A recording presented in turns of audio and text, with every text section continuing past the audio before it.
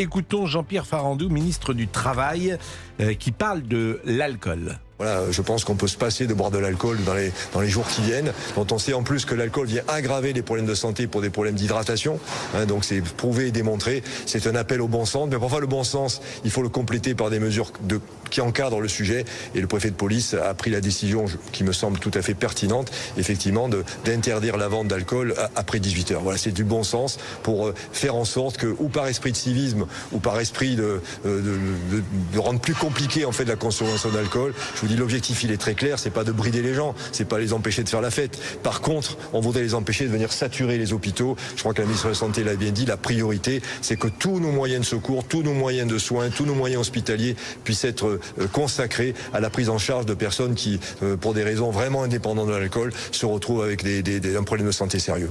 Alors ça, moi j'aime bien cette intervention parce qu'elle est argumentée. Ouais. Donc vous avez des hôpitaux, effectivement, qui vont être peut-être saturés. Et si vous avez des gens qui faisaient la fête, et qui, parce qu'ils faisaient la fête, et parce qu'ils étaient alcoolisés, entraient dans les hôpitaux et prenaient, pourquoi pas, la place d'un vieux monsieur, d'une dame qui a eu un accident cardiaque, etc., la question se pose, Jules Thorez. Elle se pose quand même. Oui, encore une fois, la question se pose. Ce que je ne mesure pas, c'est combien de personnes à Paris, par exemple, statistiquement, Roger Rua, c'est combien de personnes Solidaise? Je vais regarder. C'est 100 000 personnes Oui, sur plusieurs jours. Combien de personnes statistiquement, dans un cas comme celui-là, un cas extrême de chaleur, seraient rentrées dans les hôpitaux? Et j'imagine que les stats existent sur ce genre de situation. J'en suis pas certain. J'en suis pas certain qu'il y ait des stats là-dessus. Mais bon, on a ce problème-là. Moi, j'étais hospitalier à l'hôpital Ambroise Paré, qui était à côté de Longchamp. Et j'étais au service des urgences. Donc j'ai une expérience dans ce domaine-là, si je puis dire. Mais bon, c'est toute l'année. Vous avez des possibilités de saturation. Il suffit qu'il y ait par exemple un week-end en voiture où il y a plus d'accidents. Il va y avoir une saturation. Toute l'année, on va avoir des saturations. Et d'ailleurs, en 2004, j'avais participé à une commission sénatoriale sur les urgences. En 2004, avec le sénateur Descours. Et on avait décidé, au bout d'un an de discussion, de proposer des trucs pour régler le problème des urgences hospitalières. 2004. En 2026, le constat est toujours le même. C'est quoi le constat? C'est le sujet. Rien n'a été fait. C'est le sujet. C'est quoi le constat? C'est ce qu'on vient de dire. Saturation, mauvaise organisation, manque de personnel. Et les conclusions de cette réflexion, quelles étaient-elles? C'était de réformer, donc de prendre du personnel adapté, d'avoir de... Mais c'est pas le cas, il n'y a pas de personnel adapté aux urgences? Pas assez. C'est-à-dire que le problème des urgences... Aux urgences, par exemple, à cette heure-là, à Ambroise Paré, si quelqu'un arrive en urgence, qu'est-ce qui se passe quand il arrive aux urgences? Il est pris en charge, d'abord par une infirmière d'accueil, ensuite par un senior, un médecin qui est là, qui va trier. Dans un hôpital parisien Aujourd'hui, il y a beaucoup de monde dans les services d'urgence en plus. Mais c'est combien de personnes? C'est 20 personnes, 30 personnes, 40 personnes? Oui, plus de 20 personnes. Plus de 20 personnes. Ah oui. Et combien de personnes arrivent précisément à Ambroise Paré aux urgences par jour? On a à peu près, du temps où j'y étais, on avait entre 150 et 180 passages par jour. Et sur ces 180 passages, combien sont vraiment urgents, si j'ose dire? Très peu. Les véritables urgences sont canalisées par le SAMU, en général. C'est accident de voiture? Accident de voiture, accident cardiaque, infarctus. Mais il y a des gens qui viennent pour un bobo, pour la bobologie. Pour une petite entorse. Vous savez, l'autre jour... Alors que, bon, c'est pas utile. En plus... Mais ça, il faut les éduquer aussi, c'est ça, cette prévention, il faut éduquer les uns et les autres. Il y a beaucoup de choses qui Pascal, sérieusement, ma maman est tombée dans les pommes il y a quelques semaines, elle a été aux urgences, elle est arrivée à 21h, elle a été prise à 4h du matin. Bien sûr. Je vous assure que c'est vrai, et ça m'a choqué parce que pourvu qu'il lui arrive rien, etc. Il y a un encombrement, il y a toutes sortes de gens qui débarquent d'ailleurs à ces heures-là. Et pourquoi rien n'a été fait alors, monsieur Roger Rua? Je pense que vous en parlez souvent dans vos émissions. Les petits hommes gris qui sont derrière tout ça et qui, pour les budgets, ils ne veulent pas non plus. Parce que quand vous devez dimensionner un service d'urgence, il faut prévoir sur toute l'année un nombre de personnel suffisant. Bien sûr. Mais il y a, dans l'année, il y a au moins la moitié de l'année où il y a trop de personnes par rapport aux urgences. Donc, ils ne veulent pas mettre des postes supplémentaires où il y aura trop de... Voilà. Ben oui, mais c'est essentiel, plutôt que de le redistribuer. C'est pour ça que le grand reset en 2027... Le service public, c'est ça. Il est important. Et vous êtes médecin depuis quelle année? 80. Bon, donc vous avez 46 ans. Oui. Bon, ça fait 46 ans que vous êtes médecin. Bon, est-ce que vous diriez que aujourd'hui la médecine fonctionne moins bien, l'organisation, je ne parle pas de la qualité des soins, la qualité des soins elle a sans doute progressé, je l'espère, quoi. C'est même sur des maladies graves, elle a évidemment progressé, mais est-ce que vous diriez que l'accueil du patient, le rapport qu'a la médecine avec lui s'est détérioré et est-ce que vous diriez que c'est moins bien qu'en 1980 ? Alors, il se trouve que j'étais aussi président de syndicat de médecins, donc j'ai participé à beaucoup de négociations avec la Caisse, avec le gouvernement, les ministres, les présidents de la République.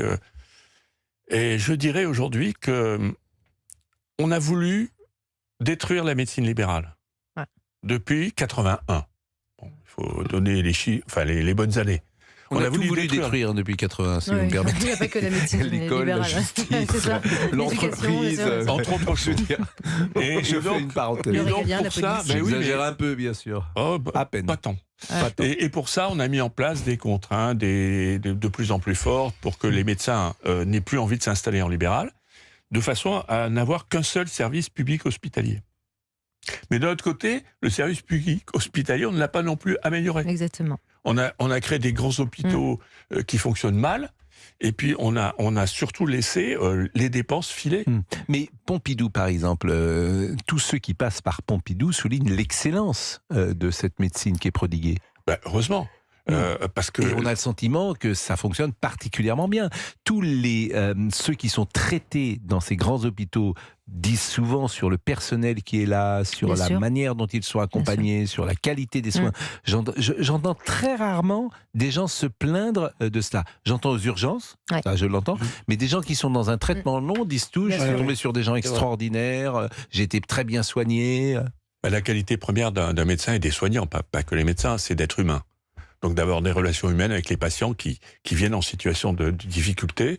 Et nous, on est là, les sachants, pour les aider. Donc ça serait quand même dommage que les soignants deviennent des gens néfastes pour la qualité des soins. Non, mais je rebondissais, vous disiez, on a construit des grands hôpitaux qui ne marchaient pas. Et je vous citais Pompidou, c'était cela Oui, alors l'hôpital Pompidou, je sais, j'ai connu sa création, entre guillemets, puisqu'il était concurrent de l'hôpital Ambroise Paré où j'étais. Donc, bon...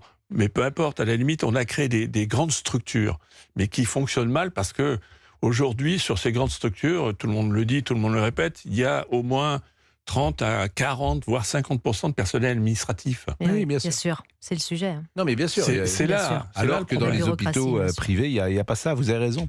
Moins, en tout cas. Bon, ça serait pas mal quand même de réformer tout ça, de réformer la France, mais je ne sais pas. La médecine, les ARS, c'est une usine à gaz. Ceux qui gouvernent la médecine, c'est les enfants de Kouchner aujourd'hui, et on a vu que c'est pas forcément, c'est Marisol Touraine, c'est toute cette tradition-là. Manifestement, c'est pas ce qui a été le plus efficace pour la médecine française. On va terminer notre débat sur la canicule avec Monique Barbu, alors à chaque fois qu'elle parle, c'est vraiment pour. On la connaissait pas il y a 2 jours, elle a parlé 2 fois. Je suis pas sûr que elle dit des choses. Qui fassent qu'on ait envie de l'entendre une 3e fois. Donc, ça s'appelle avancement. Comme vous dites. Elle est ministre de la Transition écologique. Non, mais elle va pour la première fois sur France Inter. Elle explique qu'il y aura une canicule le 14 juillet. Elle est reprise de volée par Maud Bréjon et par les météorologues et par Météo France qui dit non, on ne peut pas prévoir à 15 jours. Bon, là, elle parle manifestement devant un micro qui lui est étendu et elle dit je suis horrifiée par les gens qui me disent qu'il faut mettre de la clim. Ben oui, la clim peut sauver des vies. La clim sauve des vies. La clim sauve des vies. Écoutez, Madame Barbu, ministre de la Transition écologique. Je vais vous dire les choses comme je pense, je suis horrifiée par tout ce que j'entends.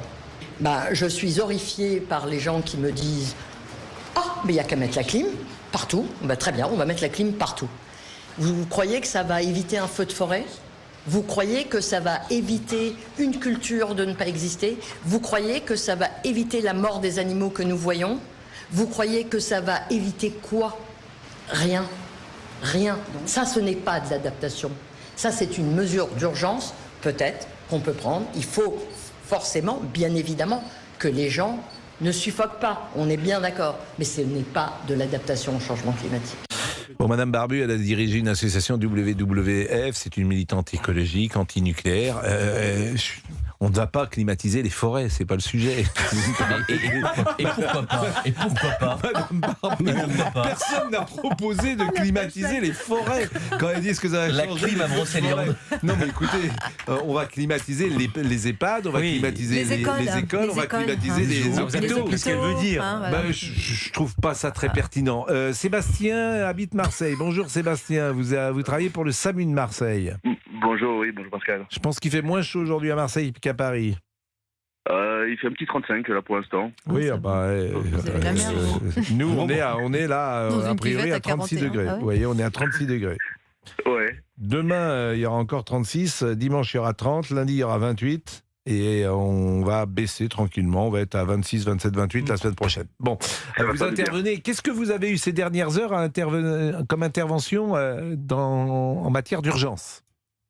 Malheureusement, on a un petit peu tout, comme urgence. On a tout ce qui est malaise, qui sont forcément aggravés par la chaleur. Et on a malheureusement nos lots aussi d'enfants oubliés, qui sont en difficulté, qui souffrent de la chaleur. Donc on a un petit peu tout. Mais en fait, toutes les prises en charge sont compliquées du fait de la chaleur, puisqu'il faut traiter cette prise en charge aussi. Et ce mal-être des patients, donc il faut absolument les rafraîchir, faire en sorte qu'on arrive à les stabiliser sur une température correcte. Voilà, avec les moyens qu'on a. J'apprends à l'instant qu'un bébé a été retrouvé dans une voiture, précisément à Marseille, un bébé de 18 mois qui décède aux urgences de Marseille. Ouais, oui. Alors là, c'est terrible parce que là, j'ai compris comment les deux enfants, par exemple, non pas deux enfants, il y a eu un enfant à Saint-Gratien. À Saint-Gratien, c'est un enfant tout seul. C'est un enfant. Ouais. Et vous savez comment ça s'est passé à Saint-Gratien ? Ils sont allés dans leur voiture sans l'autorisation de leurs parents et ils se sont enfermés parce qu'ils n'avaient pas la clé. Exactement. C'est-à-dire que les parents font la sieste. Et en 30 minutes. Demandent aux enfants de faire la sieste. Le père ou la mère s'endort à l'ombre, dans le jardin. L'enfant ne fait pas la sieste, quitte le jardin, va dans la voiture qui est à l'extérieur de la maison. Il entre parce que la voiture est ouverte et une fois qu'il est entré, comme il y a la sécurité de l'enfant, il ne sort pas. C'est horrible. C'est horrible.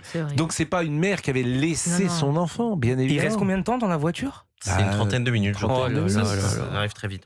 Donc ça, c'est encore un scénario qu'on avait... Je n'avais jamais entendu ce scénario. Jamais je n'avais entendu ce scénario. Et quand tu es parent... tu laisses ta voiture devant ta maison, tu n'imagines peut-être pas qu'elle est ouverte ou pas, en tout cas tu n'y penses pas, tu ne penses pas que ton fils va aller, évidemment, ou ta fille va y aller, c'est impensable. Bien sûr. Donc il y a une sorte de fatalité dans cette histoire. Parfois tu te dis, il y a des parents qui ont oublié, ce qui est absolument incroyable. Sur l'hôpital de Saint-Nazaire, il y a plusieurs années, il y avait un père qui avait oublié toute la journée son enfant. Tu te dis, mais comment est-ce possible ? Et c'était possible. Sans doute cet enfant de 18 mois, vous avez entendu parler à Marseille de cette ce drame. Oui, il y a eu la prise en charge. Il y a eu une prise en charge par les équipes du SAMU qui s'en sont occupées. Malheureusement, il y a des moments où on peut rien faire. Et voilà, et c'est triste. C'est triste, mais qu'est-ce qui s'est passé réellement, ça, je ne sais pas et on ne le saura pas. Non, mais parfois, il y a... Alors, évidemment, on ne va jamais accuser les parents dans le drame qu'ils vivent. C'est absolument impossible de le dire. Mais parfois, effectivement, on se rend compte que dans le drame qui a pu se poser, l'enfant n'a pas été peut-être surveillé comme il aurait dû l'être sur certains cas, bien sûr. Mais bien sûr qu'on n'entre jamais là-dedans, tellement le drame est absolu. Mais dans celui de Saint-Gratien, dans cet enfant de Saint-Gratien, tu ne peux dire que les pauvres parents, et puis les pauvres enfants, bien sûr, qui est mort, mais les pauvres gens, merci beaucoup Sébastien de votre témoignage. Quand on parle de malaise, monsieur Roger Ruat, c'est quoi un malaise au fond ? Parce que j'imagine il y a 10 000 malaises. Oui, ça dépend de l'origine du malaise, effectivement. Là, on parle de malaise, de type de malaise vagal, quand vous sentez que vous fléchissez un petit peu, vous avez des petites lumières dans les yeux, vous avez l'impression d'avoir des nausées, et c'est principalement dû au malaise vagal. Mais vous avez fait, par exemple, dans votre vie, vous, un malaise vagal ? Ça vous est arrivé ? Personnellement, oui. Parce qu'il y a des gens qui traversent la vie sans faire un malaise vagal. Et d'ailleurs, le jour où ça leur arrive, ils doivent être très impressionnés parce qu'ils doivent se dire qu'est-ce qui m'arrive. Alors c'est impressionnant pour l'entourage. Oui. Plus que pour la personne parce qu'on sent, c'est assez lent, on n'a pas l'impression de tomber dans les pommes soi-même. Moi j'ai vu en plateau, en direct, dans une de nos émissions, Gérard Leclerc, et on était avec Monsieur Sebag d'ailleurs. Gérard, je me tourne vers Gérard. Et je vois Gérard qui flanche. Voilà. Qui flanche. Qu'est-ce que vous avez fait ?